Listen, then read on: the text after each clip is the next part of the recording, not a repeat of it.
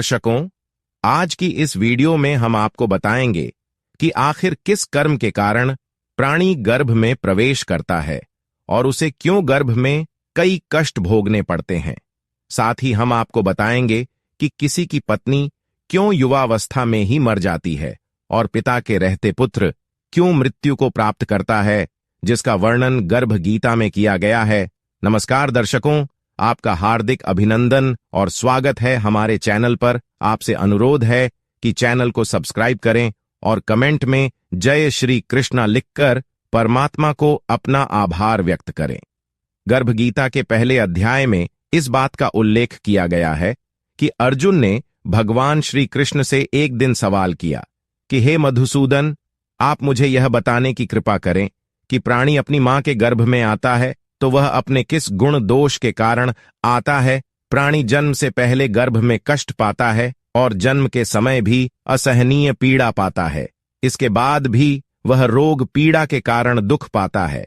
उसे बुढ़ापे में अनेक रोग घेर लेते हैं और उसकी मृत्यु हो जाती है। अतः हे भगवान, कृपा करके मुझे यह बताएं कि वह कौन से कार्य हैं जिससे मनुष्य जन्म मृत्यु के दुखों से बच सकता है। तब भगवान श्री कृष्ण ने अर्जुन के सवाल का जवाब देते हुए कहा कि हे धनुर्धारी, जन्म मृत्यु का बंधन तो सभी प्राणियों की नियति है, यानी जिस किसी प्राणी ने इस मृत्यु लोक में जन्म लिया है उसकी मृत्यु निश्चित है और यह सदा से संसार में क्रियान्वित रहा है। जो प्राणी संसार में नष्ट होने वाले पदार्थों से प्रेम करते हैं, या जो प्राणी संसार की नश्वर वस्तुओं की इच्छा रखते हैं, या फिर जो प्राणी संसार की दौलत पाने की कामना तो करते हैं परंतु भगवान भक्ति से विमुख रहते हैं, इसलिए वह बार बार अनेक योनियों में पैदा होकर जीवन मरण और गर्भ के दुख भोगते हैं। भगवान कृष्ण के मुख से ऐसी बातें सुनकर अर्जुन ने फिर उनसे पूछा कि हे माधव, संसार की मोह माया से मुक्ति तो संभव नहीं है। मन 5 विकारों के वश में है। वे 5 विकार काम, क्रोध, मोह, लोभ और अहंकार है। यह मन मस्त हाथी की तरह है, माया मन को हर लेती है। इन 5 विकारों में अहंकार सबसे प्रबल है। यह प्राणी को नरक में ले जाता है। हे जनार्दन, इस मदमस्त हाथी को कैसे वश में किया जाए, अर्थात मनुष्य को कौन से प्रयत्न करने चाहिए जिससे मन को भक्ति में लगाया जा सके। तब श्री कृष्ण बोले कि पांडु पुत्र, जिस प्रकार मस्त हाथी को वश करने के लिए महावत अंकुश का प्रयोग करता है, उसी प्रकार मन को काबू करने के लिए ज्ञान रूपी अंकुश का प्रयोग आवश्यक है। भक्ति और ज्ञान अभ्यास करने पर ही प्राप्त होते हैं। अहंकार करने से जीवन नरक बन जाता है। श्री कृष्ण की जवाब से संतुष्ट होकर अर्जुन ने पुनः उनसे सवाल किया कि हे जनार्दन, कुछ प्राणी तो आपकी भक्ति करने के लिए वन जंगलों में जाकर रमते हैं और कुछ सांसारिक मोह माया छोड़कर जगह जगह भटकते फिरते हैं। अतः हे प्रभु, इस बारे में कैसे पता चले कि आपकी भक्ति किस प्रकार मिल सकती है। अर्जुन के इस सवाल का जवाब देते हुए श्री कृष्ण ने कहा कि हे कुंते, जो प्राणी मुझे खोजने के लिए जंगलों में फिरते हैं वे सन्यासी व बैरागी कहलाते हैं। वे सिर पर जटा बांधते हैं तथा भस्म लगाते हैं, लेकिन फिर भी वे मेरे दर्शन नहीं कर पाते, क्योंकि उनमें भक्ति व प्रेम नहीं है। वे अहंकार में डूबे हुए हैं। तप या वैराग्य का अहम तो मेरी भक्ति पाने में बाधा डालते हैं। मैं शुद्ध मन से भक्ति करने वाले सतत अभ्यासी, जो काम, क्रोध, मोह, लोभ और अहंकार से परे हैं, उन्हें ही मैं दर्शन देता हूं। तब अर्जुन ने कृष्ण से पुनः पूछा कि हे वासुदेव, मनुष्य इन 5 विचारों से ग्रस्त होकर अपने सांसारिक जीवन को नष्ट कर लेता है। इसीलिए हे माधव, मुझे यह बताइए कि वह कौन सा पाप है जिसके कारण किसी की स्त्री असमय ही मर जाती है। इतना ही नहीं, पिता के रहते किसी के पुत्र क्यों मर जाते हैं और किस पाप के कारण व्यक्ति नपुंसक हो जाता है। अर्जुन के मुख से यह प्रश्न सुनकर श्री कृष्ण मुस्कुराते हुए बोले, हे अर्जुन, जो व्यक्ति किसी से कर्ज लेकर उसे नहीं चुकाता, वह इस पाप कर्म से अपनी पत्नी को खो देता है। उसी प्रकार जो किसी की अमानत को नहीं लौटाता, उसके पुत्र मर जाते हैं। जो किसी व्यक्ति को सहायता करने का वचन देकर भी समय पर उसकी सहायता नहीं करता, वह नपुंसक हो जाता है। यह सभी बड़े भयंकर पाप हैं। भगवान श्री कृष्ण के मुख से ऐसी दिव्य वचनों को सुनने के बाद अर्जुन की जिज्ञासा कम नहीं हुई और उन्होंने पुनः श्री कृष्ण से एक प्रश्न पूछा कि हे कृपा निदान, मनुष्य किस पाप के कारण हमेशा रोगी रहता है और किस पाप के कारण बोझ ढोने वाले गधे का जन्म पाता है?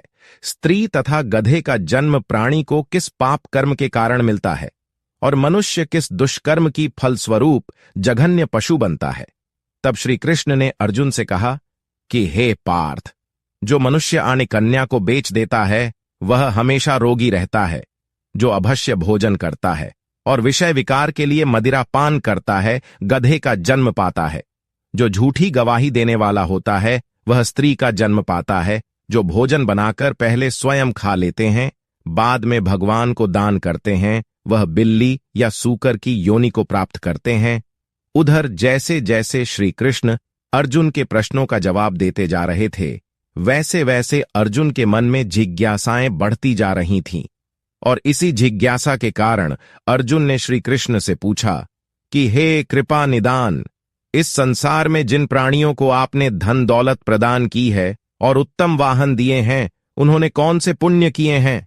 तब श्री कृष्ण ने अर्जुन को बताया कि हे धनंजय, जो उत्तम रीति से पात्र को स्वर्ण दान करता है वह उत्तम वाहन और धन धान्य प्राप्त करता है। जो भगवान को साक्षी मानकर कन्यादान करते हैं वे उत्तम पुरुष का जन्म पाते हैं।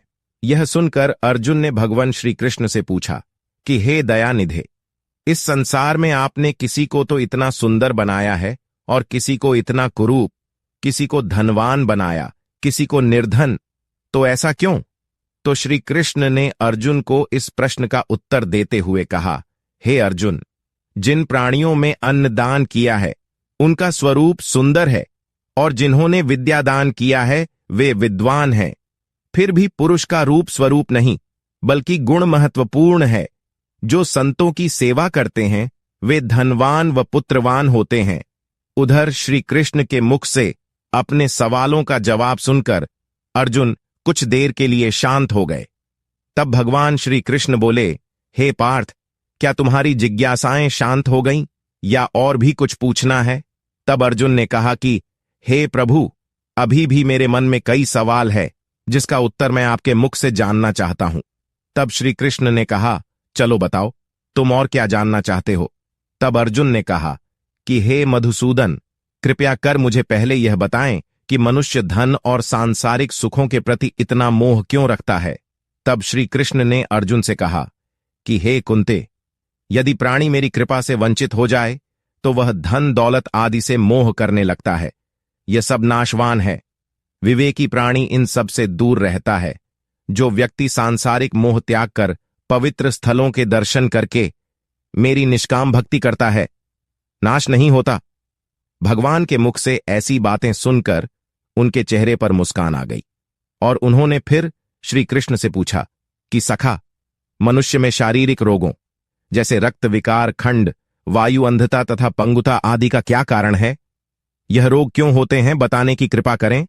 तब श्री कृष्ण बोले, हे अर्जुन, जो प्राणी मेरी भक्ति से विमुख होकर माया में लिप्त हो जाते हैं वे क्रोधी, रक्त विकारी, आलसी, दरिद्रशील, संयम रहित, खंड वायु जैसे रोगों से ग्रसित होते हैं। जो स्त्री अपने पतिव्रत धर्म का पालन नहीं करती वह संयम रहित ज्योतिहीनता जैसे विकारों से ग्रस्त रहती है। यह सुन अर्जुन ने फिर श्री कृष्ण से सवाल किया कि हे मधुसूदन, कृपा करके गुरु दक्षिणा के बारे में भी कुछ बताने का कष्ट करें। मुझे गुरु की महिमा के बारे में भी बताइए। तब श्री कृष्ण ने अर्जुन के सवाल का जवाब देते हुए कहा, हे धनुर्धारी, तुम्हारा यह प्रश्न संपूर्ण मानव जाति के लिए कल्याणकारी है। तुम धन्य हो और धन्य है तुम्हारी जननी। हे पार्थ, ब्रह्मचारियों, संयमी पुरुष जो ईश्वर भक्ति और परोपकार में लगा हो उसे ही गुरु बनाना चाहिए। अपने गुरु की देखरेख में ही मेरी पूजा करें। गुरु की कृपा से विमुख प्राणी सप्तग्राम मारने का पाप भोगता है। ऐसे प्राणी का मुख देखना भी पाप होता है। अर्जुन, सारे संसार के गुरु जगन्नाथ हैं। विद्या का गुरु काशी, चारों वर्णों का गुरु ब्राह्मण, ब्राह्मण का गुरु सन्यासी है। सन्यासी उसे कहते हैं जो सब कुछ त्याग कर मुझ में रम गया हो। वह ब्राह्मण जगत गुरु है, जो गुरु का भक्त है वह मेरा भक्त है। जो ग्रस्त गुरु से विमुख होता है वह चांडाल के समान है। जिस जगह मदिरा का भांड हो उस स्थान का गंगा जल भी अपवित्र होता है।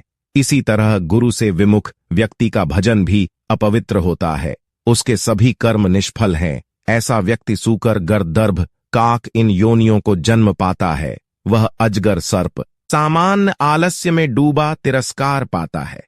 हे कुंते, गुरु दीक्षा के बिना प्राणी का उद्धार संभव नहीं है। जो गुरु की सेवा करता है उसको कई अश्वमेघ के पुण्यों का फल मिलता है। हे अर्जुन, जो प्राणी तुम्हारे संवाद को पढ़ेंगे और सुनाएंगे वे गर्भ के दुख से बचेंगे। वे नरक की 84 योनियों के झंझट यानी जन्म मरण के चक्र से बचेंगे। भगवान श्री कृष्ण के मुखारविंद से इस प्रसंग को अर्जुन बड़े ध्यान से सुन रहे थे। इसी कारण इस पाठ का नाम गर्भ गीता है। इस प्रसंग को पढ़ने और सुनने से व्यक्ति को पुण्य फल मिलता है तथा उस व्यक्ति पर सदैव भगवान श्री कृष्ण की कृपा बनी रहती है। तो दर्शकों, आशा करते हैं कि आपको गर्भ गीता का ये ज्ञान पसंद आया होगा। अगर पसंद आया हो तो इस वीडियो को लाइक करें और ऐसी ही और धार्मिक और पौराणिक जानकारी के लिए चैनल को सब्सक्राइब करें। जय श्री कृष्ण।